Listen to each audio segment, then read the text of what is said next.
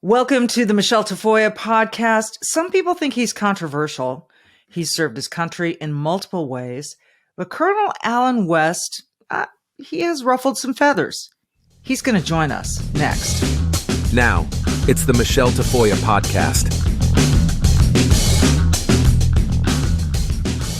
So Colonel Allen West has represented Florida in Congress. He has served his country in the armed services, in the Army. He now lives in Texas. He's got a podcast. I was on his podcast. And so I thought it'd be interesting to to turn the tables and let me ask the questions. So we're going to do that. He's controversial to some. I find him to be a very likable guy, but let's get into it with Allen West. He's got some definite opinions on this NAACP travel advisory to Florida, a state, again, that he used to represent. We will ask him about that and some other very controversial topics that are hot right now. Speaking of hot right now, I've got some breaking news. Genucel has upgraded their most popular package to feature their top-selling deep firming vitamin C serum plus ultra retinol moisturizer with natural retinol alternatives. I love these products. And right now, take advantage of this limited time package upgrade for 70% off. This is terrific. Why waste time and money to get work done to your face when you can get Genucel skincare shipped right to your door and have wonderful results? Here's a Genucel.com review from Robert in Blessing, Texas. Quote, I purchased Genucel as a gift for my girlfriend. She said she saw results so fast, we joined their concierge program immediately. It's honestly the best skincare she's ever used and is extremely impressed with all the Genucel products, as am I. Her skin is noticeably softer and smoother. I can see and feel a difference too. She was already beautiful and Genucel has made her more beautiful. That's very sweet. Listen, I've experienced similar results, and Genucel's secret is a family recipe for over 20 years that makes it safe for all skin types and perfect for both men and women, by the way. Made by a compounding pharmacist in small batches, it's always safe, cruelty-free, and natural. So go to Genucel.com, GENUCEL.com/Michele.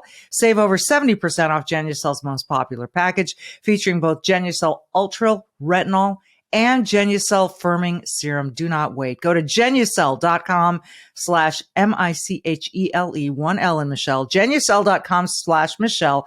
Get a complimentary Spa Essentials box with every package order, plus free upgrade to priority shipping.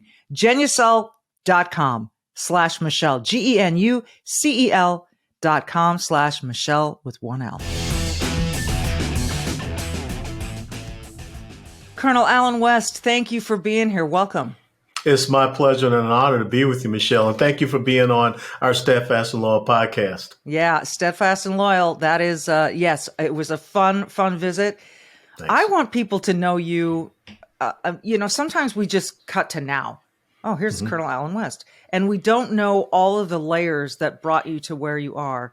I guess we can start with, you went to college in Tennessee, correct? Yeah, University of Tennessee, Knoxville, go Big Orange, Rocky Top, and got commissioned. Hey, we finally got a football team now, so I can rejoice a little bit. Oh, listen, you've had one back then, too. I remember I was there quite a bit covering that team as a young college sideline reporter.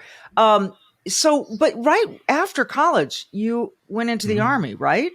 Yes, I did. I was commissioned there in the United States Field Artillery on the 31st of July, 1982, and went on active duty after graduating in 1983. And it was fulfilling my father's dream. My father was a World War II Army corporal, and he challenged me to be the first officer in our family because my older brother was an enlisted Marine. He served in Vietnam.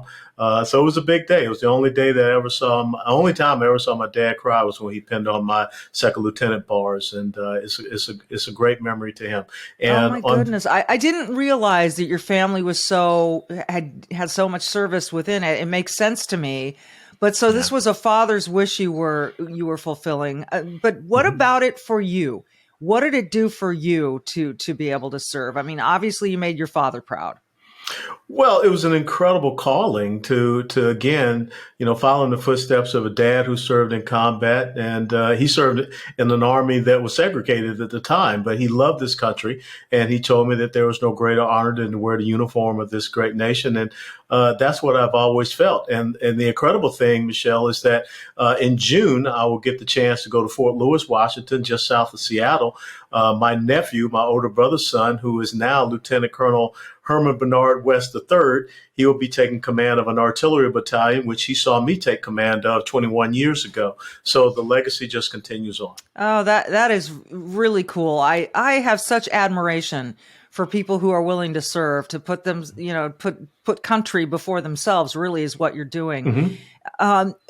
So ups, downs in your time in the Army, was there a peak? Was there a valley?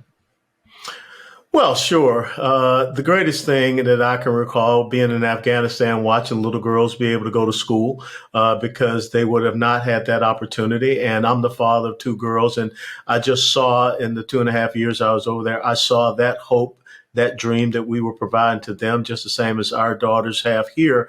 It's sad that now that's been taken away from them, and I guess that's the valley. In that, when you look at all of the commitments that have been made and the sacrifices that have been made by so many to see our national security posture and the regard and respect of our military kind of waning. Yes, people say thank you for our service.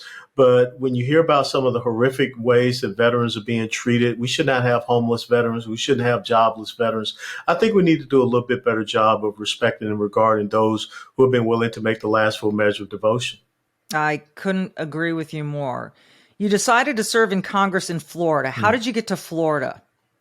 Well, a happy wife, happy life. So after I retired in 2004 out of Fort Hood, Texas, I turned to my wife and I asked her, wherever you want to go, because on top of everything, her dad, my father-in-law, served 24 years in the United States Army, 2 combat tours in Vietnam. He's buried in Arlington National Cemetery. Oh, wow. So it was just nice for Angela to be able to finally decide that she was going to pick a place where she could put her roots down. So we went to South Florida because she's originally from Jamaica and I'm originally from Georgia. So it was a good in between. We were close enough to both sides of the family.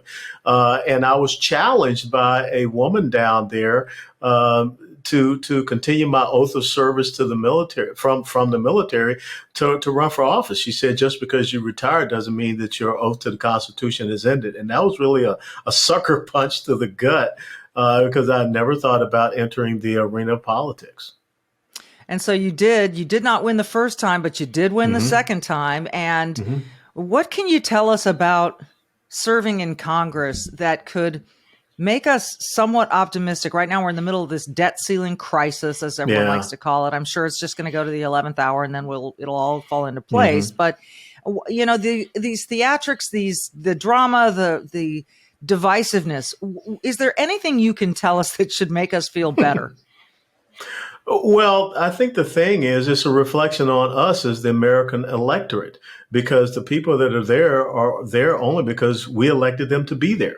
And I believe that we have to get some semblance and understanding of what it means to be a citizen in a constitutional republic and start sending people to Washington, D.C. or to our respective state houses or to our local community, school board, county commission that want to serve us and not be served. And that's the essence of being in the military. That's the essence that I learned in being a commander of over 600 troops. It wasn't about me. It was about those 600 troops. And if we had members of the House and Senate that were not concerned about their self-interest or their special interest, but the American interest, I don't think we'd be in the situation that we're in. So it's kind of a pox on both of the houses up there, Republican or Democrat. It doesn't matter. They have brought us into this situation.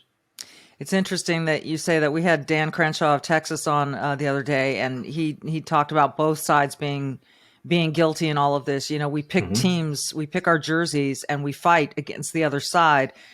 Really, what I want is the right thing to be done. I don't care who gets it done. I just want the right thing to be done.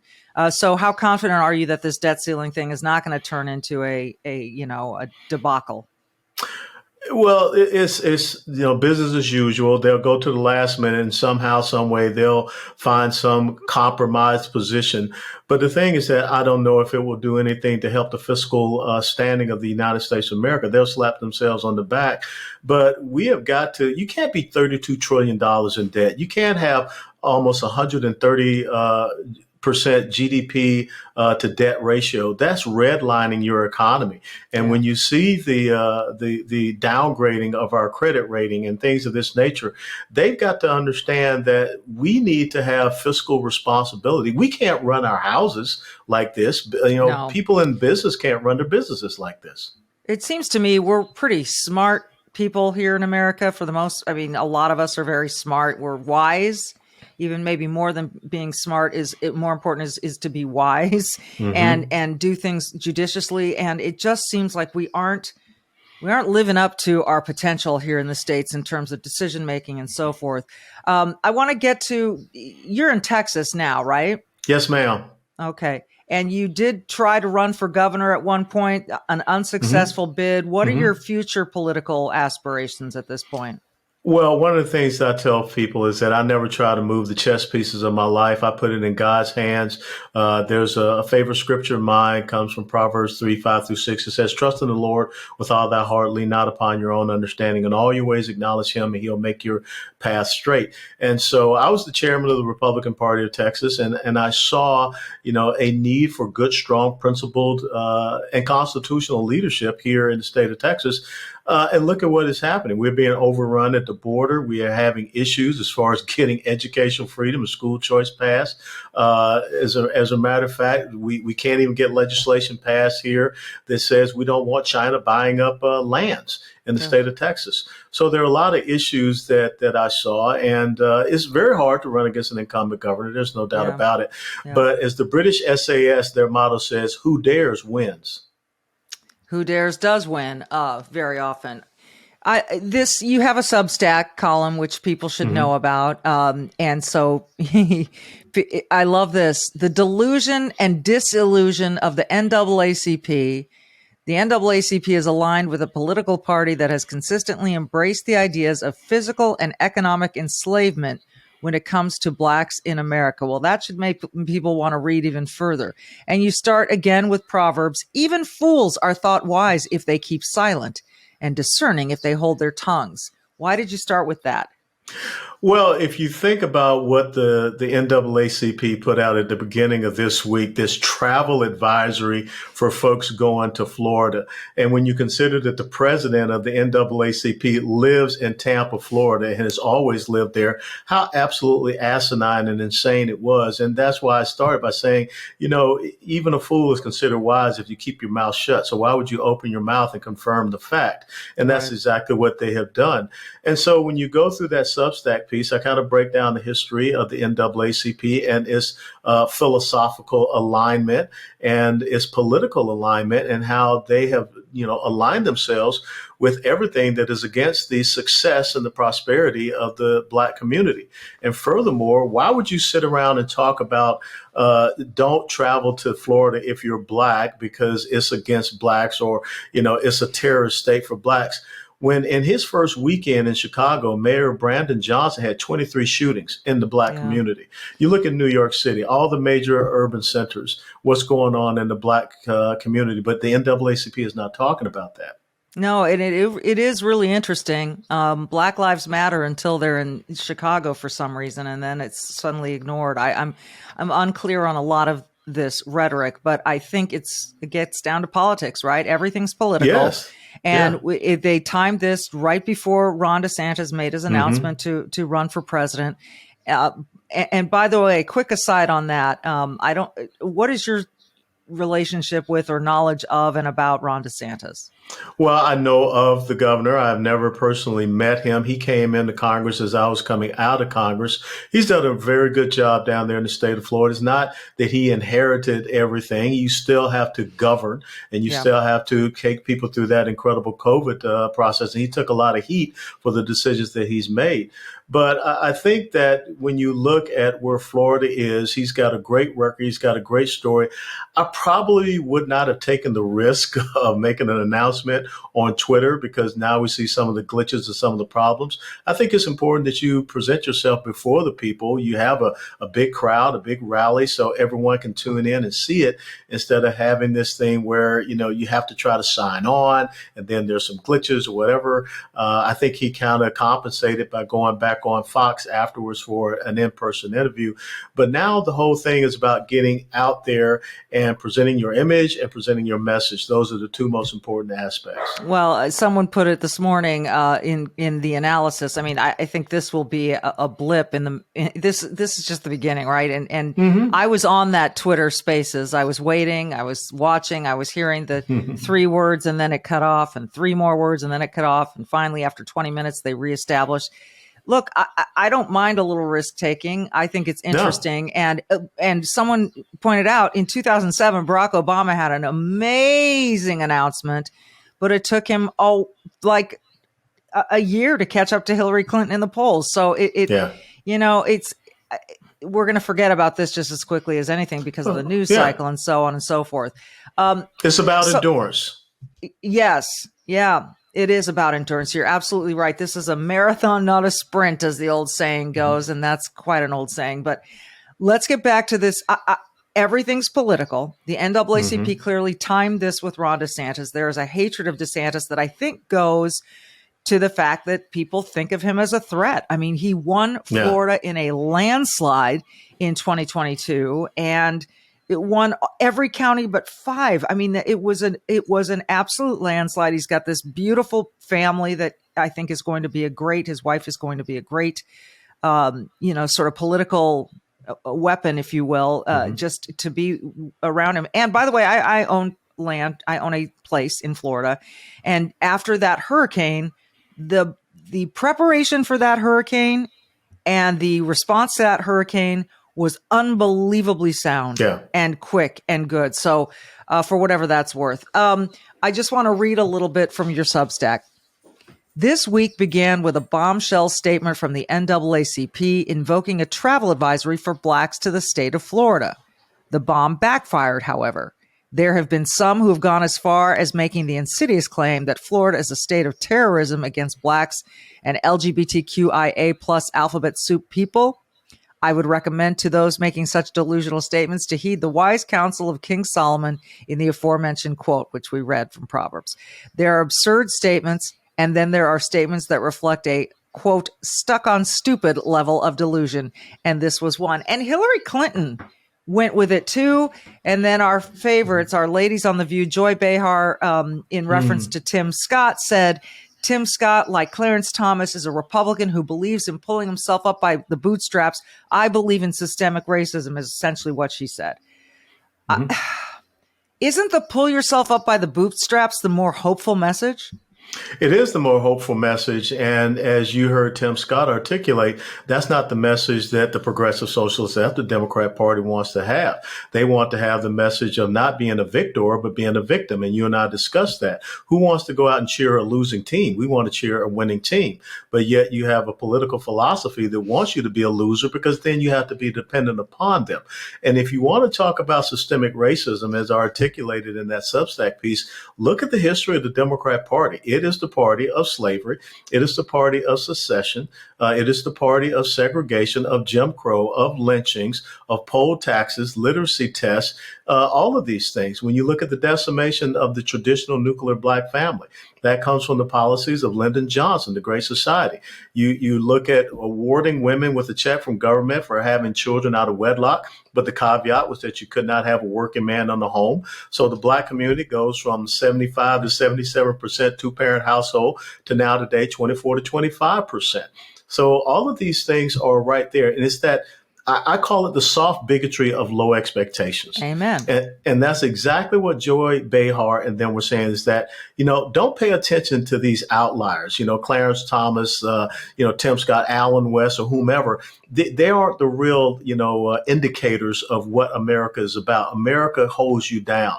Don't pay attention to Oprah Winfrey, Michael Jordan. I mean, all of the great athletes that you have seen that did not come from great starts, did not come from great backgrounds. But again, The race in America is an endurance race. Sometimes you win, sometimes you lose, but you got to keep focused on that championship. And that's what we want people to do. And by the way, I would say that a pull yourself up by the bootstraps mentality can apply to anyone of any skin color. I happen to come from a family of brown. I may not look it because my mom is Irish, but my dad is Hispanic, his entire family. He was one of 11 kids, grew up dirt poor, and gave me the example of what it means to work extremely hard and pull yourself up by your bootstraps.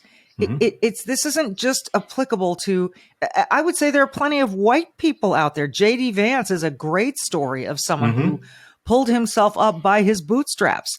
Not everyone turns out to be as successful as Tim Scott or Beyonce, or you mentioned Michael Jordan or LeBron James. Of course not.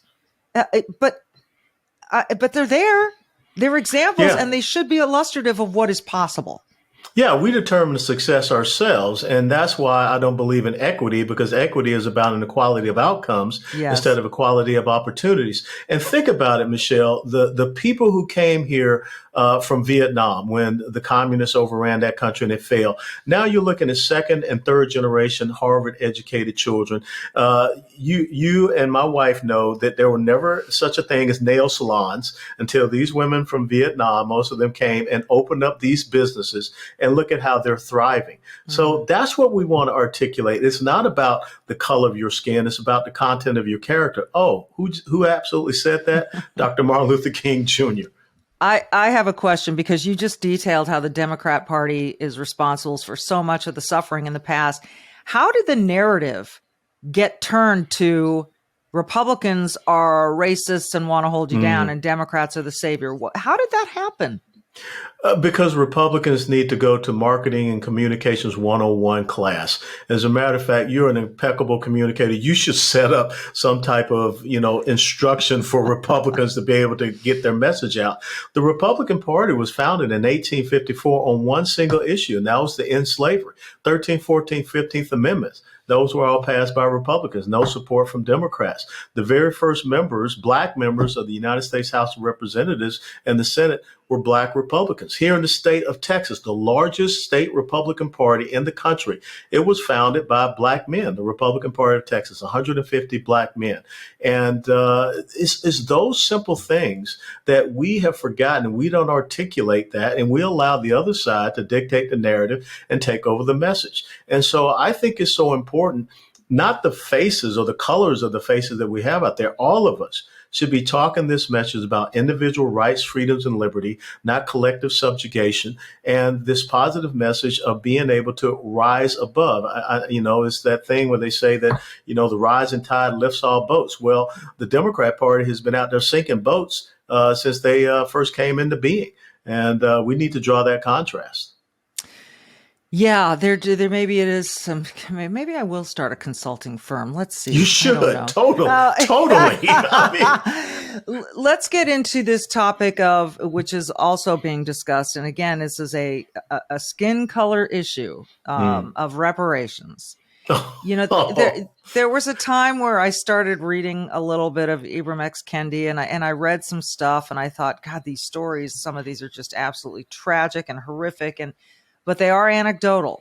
They're anecdotes about things that happen. And I could come up with as many anecdotes about any class of people, women, just women. I could come up with anecdotes that would suggest that women deserve reparations. But slavery is the original sin, and slavery was committed against black people. And so that's where, they focus this original sin and point at that, and so that these people deserve reparations. You've seen in San Francisco what they're proposing. There have been efforts in Tampa, Florida, $3 million a person.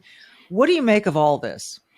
Well, first and foremost, if we want to get, historically accurate, the Democrat Party should be writing checks to black people, not the American people. The Chinese can ask for reparations because they were out there slaving in the hot sun, building the Transcontinental Railroad. The Irish, the Hispanic community, there are different communities. I mean, we can look at slavery all across the country. My dad was born in 1920. in South Alabama. He jumped the Chattahoochee River and grew up in South Georgia. But I remember the day when my dad made his last mortgage payment on his home. He did not get a check from the government to do that, but he had the equality of opportunity to do that. And so what I would say, instead of talking about writing checks to individuals, why don't we make sure that we have better quality inner city schools? Why don't we make sure we have the equality of opportunity of educational freedom and education choice? Look at what has happened in North Carolina, where the Democrat governor of North Carolina, Governor Cooper, is instituting a state of emergency because they passed school choice legislation in the state of North Carolina. So basically what he's saying is, I don't want you to get the access to a good quality education.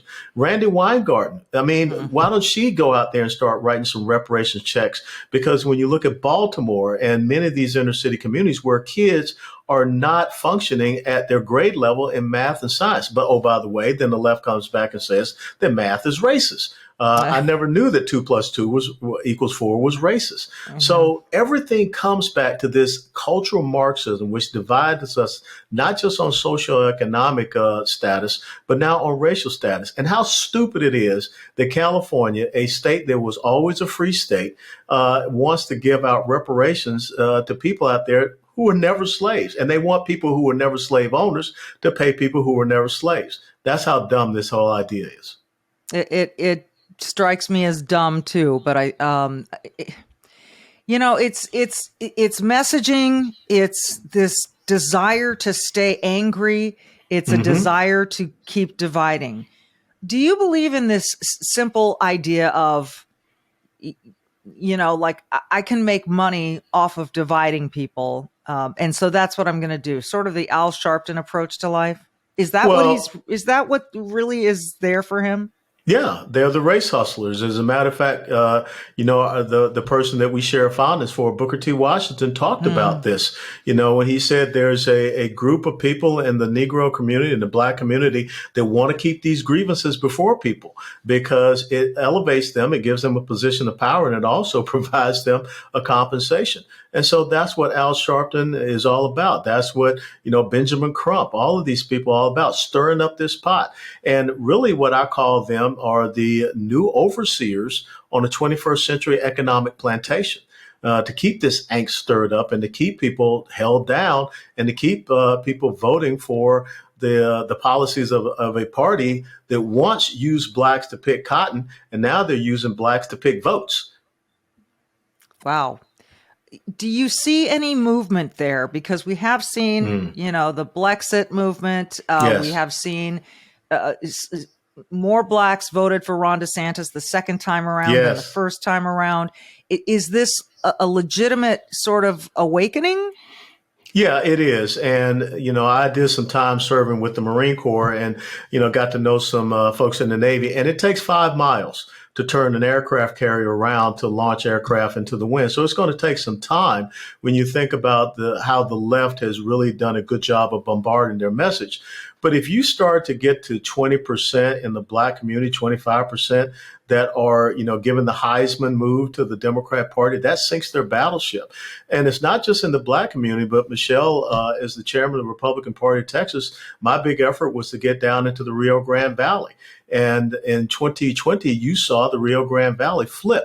And you had counties that had never gone Republican for a century that went Republican, like Zapata County. And with this incursion of illegal immigration, you're seeing even more support from Hispanics. We even had a Hispanic member of the Texas State House switch from Democrat to Republican. So I think that when you get out there and you get people to understand principles and values and vote their interests and bring that up to them, they will look at things through a different prism. Are you going to win over everybody? Absolutely not. But think about, you mentioned Black Lives Matter. Black Lives Matter is now going bankrupt. But yet they didn't help a single person in the Black community whatsoever. And so as people have the scales fall off their eyes, they see more clearly. But it takes many of us to get out there and continue to get that message out and touch these respective communities. I try to be as fair-minded as I can be. I try to look at both sides of arguments. But there isn't a single thing that this president has done that I have felt really good about. except for when he lifted the mask mandate, and that was sort of forced on him by a federal judge, right? Yeah. So, it's been a massive disappointment for me. I thought when, okay, Biden's probably going to get elected here. I think, we'll be okay, especially if we can keep some numbers in the House and the Senate. And I must tell you, I've been dreadfully disappointed. Has there been a sort of the biggest disappointment for you with Biden, or is all of this, was this what you expected? Well, it's somewhat what I expected. I remember when Joe Biden was head of the Judiciary Committee in the Senate, and he was grilling Clarence Thomas. So he pretty much let us know who he was back then. But to see the decimation of all of our founding principles and values, to see the decimation of our economic security, our energy security, our national security, foreign policy, our border security, our domestic security, to see this assault on our children and all of this gender mutilation talk that is going on. This has happened at such a rapid speed that is what has shocked me more than anything else. But I kind of got the sense it was coming because in the first 2 years of the Obama administration, they wasted a lot of time being bogged down with Obamacare. And so I think that the progressive socialist left said, we're not going to get bogged down on anything this time. We're going to start out, Joe Biden's in the White House, we got the House and we got the Senate. We're going to go full metal jacket and get as much of this stuff done as we possibly can. And that's why you see the Green New Deal sneaking in there, this ESG governance where, your personal investments has to go into this ESG and green energy stuff. I mean, the tentacles of government are reaching down too deep and too far into our personal lives. You can't even decide what kind of stove you want or what kind of dishwashing machine that you want in your own home. That's how insidious it's gotten. It is stunning, and the speed has been stunning. You mentioned a term earlier. I want to finish with this because I think a lot of people may be in denial that cultural Marxism could be creeping into the United States.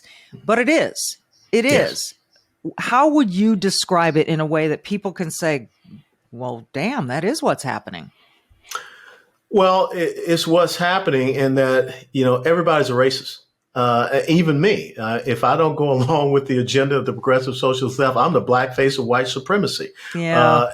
And so everything has to fit into this box of cultural Marxism. Everything has to fit into this box of either you're an oppressor or you're being oppressed. Either you're a victim or you're victor, or, we're going to go after you if you don't agree with our agenda. So when Joe Biden gave his inaugural speech about unity, it wasn't about unity, it was about conformity.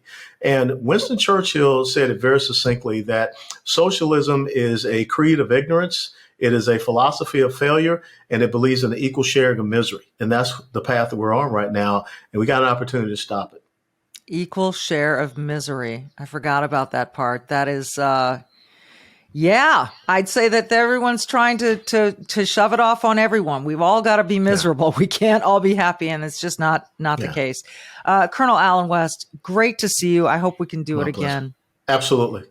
Thank you for listening to the Michele Tafoya podcast. As always, be brave and do good, and we will see you next time.